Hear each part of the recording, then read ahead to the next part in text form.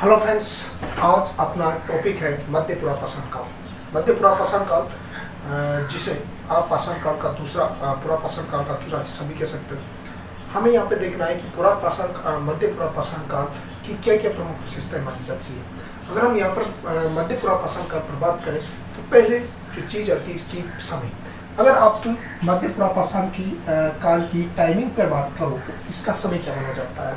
मध्य पुरा पाषाण काल का जो समय आपके यहाँ पर आता है लगभग 9 लाख ईसा पूर्व, 9 लाख ईसा पूर्व से लेकर 40,000 ईसा पूर्व का जो समय है उसे आप मध्य पुरा पाषाण काल कहते हो। मध्य पुरा पाषाण काल की जो दूसरी चीज आती है कि यहाँ पर जो मानव है वो किस प्रकार का था। मानव, अगर मध्य पुरा पाषाण काल के मानव की बात करें तो इस काल में जो मानव था वो निएंडरथल था। इस काल के मानव को पुरातत्ववेत्ताओं ने निएंडरथल मानव के संबोधित किया। यहाँ पर निएंडरथल मानव आपकी 2 विशेषताओं को कंप्लीट करता है। इस मानव की यह विशेषता मानी जाती है कि यह प्रथम गुफावासी था। प्रथम गुफावासी, सबसे पहले गुफा में रहने की जो परंपरा है वो निएंडरथल मानव ने शुरू की थी। दूसरी चीज, यहाँ से दफनाने की गतिविधियां शुरू होने के प्रमाण मिलते हैं। इस वजह से सांस्कृतिक जीवन या प्रथम सांस्कृतिक जीवन की शुरुआत करने वाला पहला मानव भी कौन माना जाता है, निएंडरथल मानव। तो यहाँ पर 2 चीजें आपकी कंप्लीट हो गई। पहला तो टाइमिंग जो है इसकी 9-10 लाख ईसा पूर्व से लेकर आपके 40 लाख ईसा पूर्व तक का जो समय है वह मध्य पुरा पाषाण काल के अंतर्गत आता है। दूसरी चीज, इस काल में जो मानव था वो निएंडरथल मानव था और जिसकी 2 प्रमुख विशेषता मानी जाती है कि वह गुफावासी था, यानी कि गुफा में निवास करना शुरू कर दिया था और इसने अपने मर्त संबंधियों को दफनाना शुरू कर दिया था, जो इसके सांस्कृतिक जीवन के पहले चरण को इंगित करता है। दूसरी चीज अगली जो हमारे यहाँ से निकल के सामने आती है कि यहाँ पर उपकरण, यहाँ की अगर इस काल के उपकरण की बात की जाए तो वो किसके बने होते थे। अगर हम पूरा पाषाण काल की बात करें तो वहां पर जो उपकरण बने हुआ करते थे वो उपकरण क्वार्ट्जाइट पत्थर के बने हुआ करते थे। लेकिन अब यहाँ पर पत्थरों की प्रकार ने चेंज कर लिया और यहाँ पर हमें प्राप्त होते हैं जैस्पर, फ्लिंट और जाट प्रकार के पत्थर आपको वहां से प्राप्त होते हैं। इस मध्य पुरा पाषाण काल से प्राप्त होते हैं। इस मध्य पुरा पाषाण काल से प्राप्त उपकरणों के अंतर्गत अगर देखा जाए तो ये कहा जाता है कि यहाँ पर जो प्रमुख उपकरण थे, इस पत्थरों से बने हुए जो प्रमुख उपकरण थे वह 3 प्रकार के थे। एक तो आता है स्क्रैपर, पॉइंटर और बोरर, या फिर अगर इसे कहा जाता है भेदी। 3 प्रकार के उपकरण थे। जनरली ये लघु उपकरणों की श्रेणी में आते हैं और जो जैस्पर, फ्लिंट और जट नामक जो प्रकार के जो पत्थर है उनसे बने हुआ करते थे। तो यह मध्य पुरा पाषाण काल आपके 3 प्रकार की 3 क्वालिटीज को यहाँ पर शो कर रहा है। एक तो समय, मानव और उपकरण। अब अगर हम यहाँ पर बात करें तो इस काल को आप किस नाम और दूसरे नाम से जान सकते हो। तो अगर हम इस पर डिस्कस करें तो वहां पर यह आता है कि मध्य पुरा पाषाण काल का उपनाम, मध्य पुरा पाषाण काल का जो उपनाम प्राप्त होता है, एक जो है वो है आपके फलक संस्कृति का काल और एक कहा जाता है मोस्तरी संस्कृति। 2 प्रकार के यहाँ पर उपनाम हमें यहाँ पर दिखाई देते हैं। फलक संस्कृति क्यों माना जाता है? जनरली इस काल के जो उपकरण थे वह उपकरण फलकनुमा अधिक मात्रा में प्राप्त होते हैं, जो कलेक्टियन और लोवेनेशियन टेक्निक द्वारा निर्मित किए जाते हैं।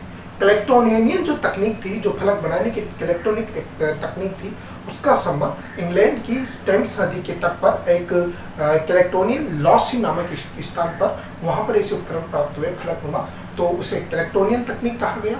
और लेवलोशियन तकनीक जो पेरिस से प्राप्त होती है उसे लेवलोशियन टेक्निक कहा गया। और ये दोनों की दोनों फलक संस्कृति हुआ करती थी। इस वजह से ये कहा जाता है कि इस काल में फलकनुमा उपकरण सबसे अधिक प्राप्त होते हैं और इसे फलक संस्कृति करके संबोधित किया गया। दूसरी चीज अगर हम बात करें तो यहाँ पर आती है मोस्तरी संस्कृति। इस प्रकार के उपकरणों का पहला साक्ष्य हमें फ्रांस के ला मोस्त्रेन नामक स्थान से प्राप्त होता है। इस वजह से इन उपकरणों को मोस्तरी संस्कृति करके संबोधित किया गया। तो आप मध्य पुरापाषाण काल को मोस्तरी संस्कृति भी कह सकते हो। भारत में इस मध्य पुरापाषाण काल को एक नाम और दिया जाता है और वह है नेवासाई संस्कृति।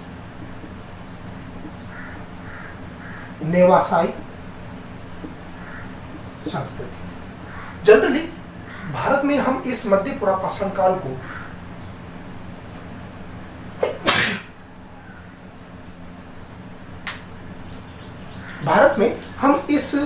मध्य पुरापाषाण काल को एक नाम और देते हैं और वह है नेवासाई संस्कृति। नेवासाई संस्कृति से कहने का मतलब यहाँ पर क्या है, एस.डी. साकलिया ने महाराष्ट्र के नेवासा के चिरके गांव से और उसके आसपास के क्षेत्रों से इन संस्कृतियों को बहुत मात्रा में यहाँ पर इनकी प्राप्ति हुई। नेवासाई से मध्य पुरापाषाण काल के भारत में साक्ष्य सबसे पहले प्राप्त हुए। इस वजह से मध्य पुरापाषाण काल को भारत में नेवासाई चरण या नेवासाई संस्कृति के भी संबोधित किया जाता है। तो इस प्रकार ये आपकी मध्य पुरापाषाण काल की 3 उपनाम यहाँ पर हमारे क्लियर हुए। अब हम बात करेंगे कि इस मध्य पुरापाषाण काल के भारत में स्थल कौन कौन से हैं।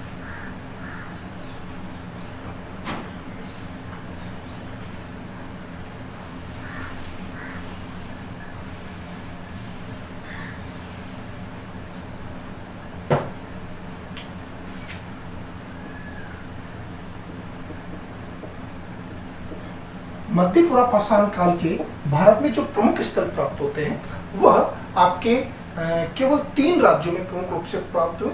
वैसे अगर हम बात करें तो अन्य अनेक स्थलों से इनके साक्ष्य प्राप्त होते हैं, लेकिन हम यहाँ पर उन 3 प्रमुख स्थलों की बात करेंगे जहाँ से मध्य पुरापाषाण काल के स्पष्ट साक्ष्य प्राप्त हुए।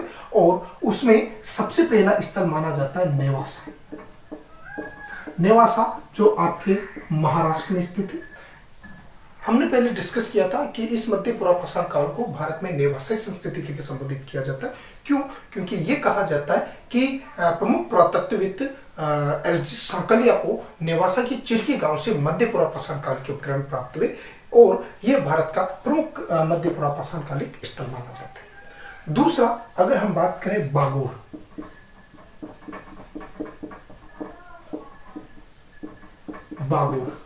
राजस्थान के बागोर से हमें मध्य पुरापाषाण काल के साक्ष्य मिलते हैं। बागोर जो वर्तमान में आपके भीलवाड़ा की कोठारी नदी के तट पर स्थित है, वहां से हमें मध्य पुरापाषाण काल के साक्ष्य प्राप्त हुए। लेकिन उसके बाद यह कहा जाता है कि वीरेंद्रनाथ मिश्र हुए और इन वीरेंद्रनाथ मिश्र ने इस बागोर की को छोड़कर राजस्थान का जो मरुस्थल है उसके दक्षिणी हिस्से पर बड़ा उत्खनन किया और उत्खनन से ये कहा जाता है कि यहाँ से कुछ खोखरा, मोगरा और खालकिया नामक कुछ स्थान से ये कहा जाता है कि लूनी नदी के तट पर मध्य पुरापाषाण काल के विशेष साक्ष्य प्राप्त हुए, जिसे लूनी उद्योग के नाम दिया। तो यहाँ पर अगर वीएन मिश्र पर बात करें तो वीएन मिश्र को खोखरा, बारीदनी और मोंगरा ये वो स्थल है जहां से हमें पुरातात्विक साक्ष्यों की प्राप्ति होती है। और यह बाड़मेर के लूनी नदी के तट पर है। इस वजह से इन्हें वीएन मिश्र ने लूनी उद्योग करके संबोधित किया। लूनी उद्योग के संबोधित किया। तो राजस्थान में लूनी उद्योग आपके मध्य पुरापाषाण काल के समकक्ष माने जाते हैं। इसके अलावा भारत में इस मध्य पुरापाषाण काल का जो अन्य स्थल में प्राप्त होता है वो होता है बेलन घाटी से। और ये बेलन घाटी आपकी यूपी में, मध्य प्रदेश के उत्तर प्रदेश के मिर्जापुर जिले के बेलन घाटी नामक स्थान से हमें मध्य पुरापाषाण काल के साक्ष्य मिलते हैं। यहाँ पर मध्य पुरापाषाण काल के जो साक्ष्य हैं इसके बारे में ये कहा जाता है कि बेलन घाटी में मध्य पुरापाषाण काल से लेकर नवपाषाण काल तक का एक विशेष अनुक्रम प्राप्त होता है। तो यहाँ पर आप एक चीज ये कह सकते हो कि मध्य पुरापाषाण काल से लेकर नवपाषाण काल का एक विशेष अनुक्रम हमें बेलन घाटी से प्राप्त होता है। तो इस प्रकार अगर हम कहें तो ये मध्य पुरापाषाण काल माना जाता है और ये मध्य पुरापाषाण काल की प्रमुख विशेषताएं मानी जाती है। नेक्स्ट क्लास में हम उच्च पुरापाषाण काल पर डिस्कस करेंगे, जिसके लिए